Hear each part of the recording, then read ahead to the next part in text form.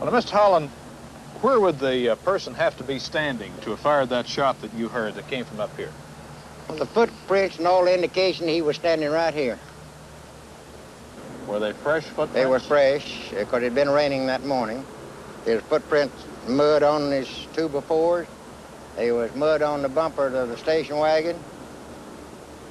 And there was only 2 sets of footprints that I could find that left this station wagon, and they went behind the white Chevrolet car that was sitting over there. Abraham Zapruder, whose film of the assassination was studied at length on last night's program, was standing up on this little wall right at the edge of the grassy knoll. Now, shots from behind that picket fence over there would have almost had to whistle by his ear. Mr. Zapruder, when we interviewed him here, tended to agree that the knoll was not involved.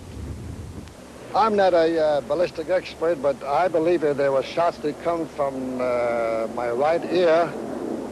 I would hear a different sound. I heard shots coming from, I wouldn't know which direction to say, but it was proven from the Texas Book Depository, and they all sounded alike. There was no difference in sound at all. Associated Press photographer James Alkin was actually looking toward the book depository. As I was getting ready to make some pictures, why, I heard this noise. I thought it was a firecracker explosion.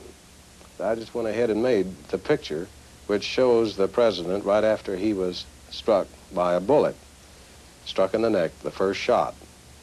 And this was a picture that the Warren report later fixed as being made 2 seconds after the shot was fired. And as they got in close to me, and I was prepared to make the picture, I had my camera almost at eye level. That's when the president was shot in the head. And I do know that the president was still in an upright position, tilted, favoring Mrs. Kennedy. And at the time that he was struck by this blow to the head, it was so obvious that it came from behind. It had to come from behind, because it caused him to bolt forward, dislodging him from this depression in the seat cushion, and already favoring Mrs. Kennedy, he automatically fell in that direction. The one thing that did seem to be a little bit strange, immediately after the car proceeded on to Parkland Hospital, men with drawn guns ran up the terrace of this plaza, up into what is considered to be and referred to as the knoll area, and thinking that they had the assassin cornered up in this knoll area. And it seemed rather strange, as I say, because knowing that the shot came from behind, this fellow had to really move in order to get over into the knoll area. You have no thoughts about another assassin behind the fence or on the knoll? I've had a lot of people to contact me, and that they felt there was another person involved in trying to get me to verify either photographs they had or to work out some information they felt they had come across to substantiate the evidence substantiate the fact that there was another assassin. But at no time has any of this evidence proved to me beyond a shadow of a doubt that there was another assassin. The car in which I was driving, which occupied the vice president, had just completed its turn, and I felt a blast, or which appeared to be a rifle shot, come from behind me. I turned and looked up to the school book depository. Well, now, what about these people who say shots came from this fence area up here? Would you agree with that at all? No, sir, I don't think there was. I heard 3 shots, and I could feel the concussion from all 3. Eddie Barker went to Austin to ask the same question of Governor and Mrs. Connolly, who were in the best possible position to know the direction from which the shots came. All of the shots came from the same place, from back over my right shoulder. They weren't in front of us, or they weren't at the side of us. There were no sounds like that emanating from those directions. Was there any doubt in your mind the direction that those shots came from? No, they all came from the same direction. Which was? Was behind us, over my right shoulder. You see, the first one, the first sound, the first shot, I heard and turned and looked right into the president's face. So the sound drew me to that direction and had a definite reaction.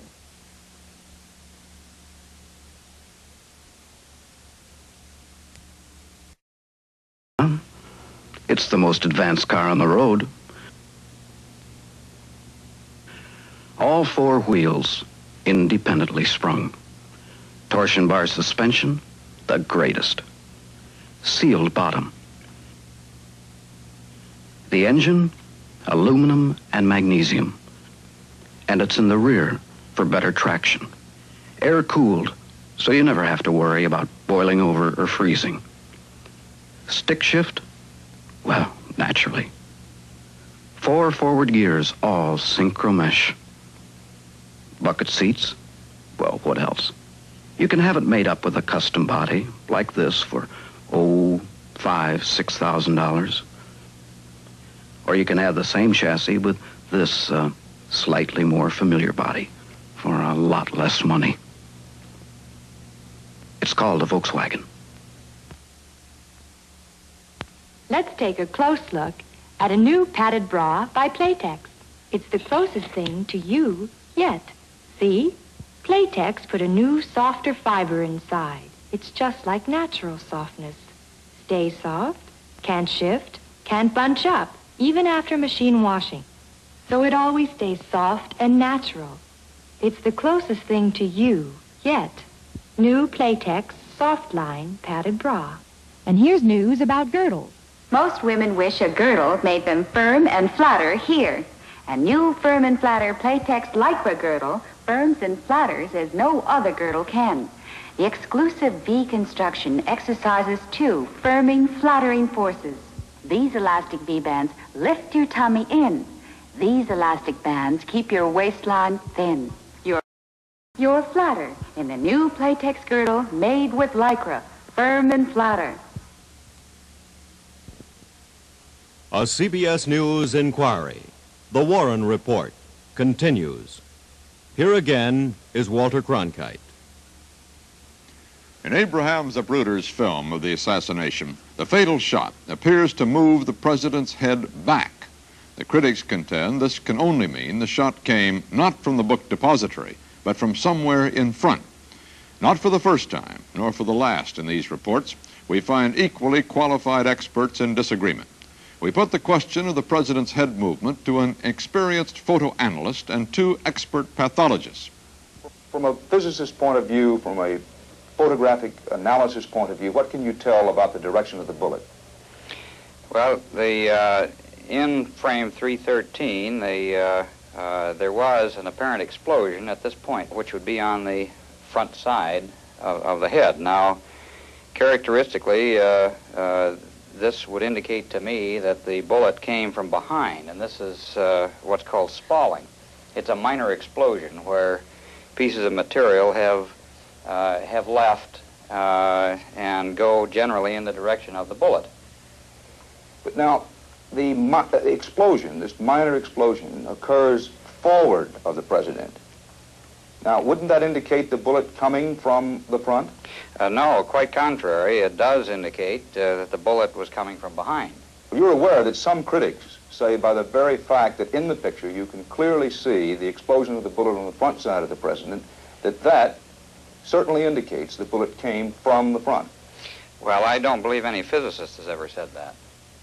This picture might explain the principle that we've been talking about just a little bit more clearly. It's a picture taken in a millionth of a second of a .30 caliber bullet being shot through an electric light bulb. The bullet was traveling from this direction, entered the light bulb here, passed through, and caused a rather violent explosion to occur on the exiting side, and is very similar to the situation in the Zapruder Kennedy assassination films.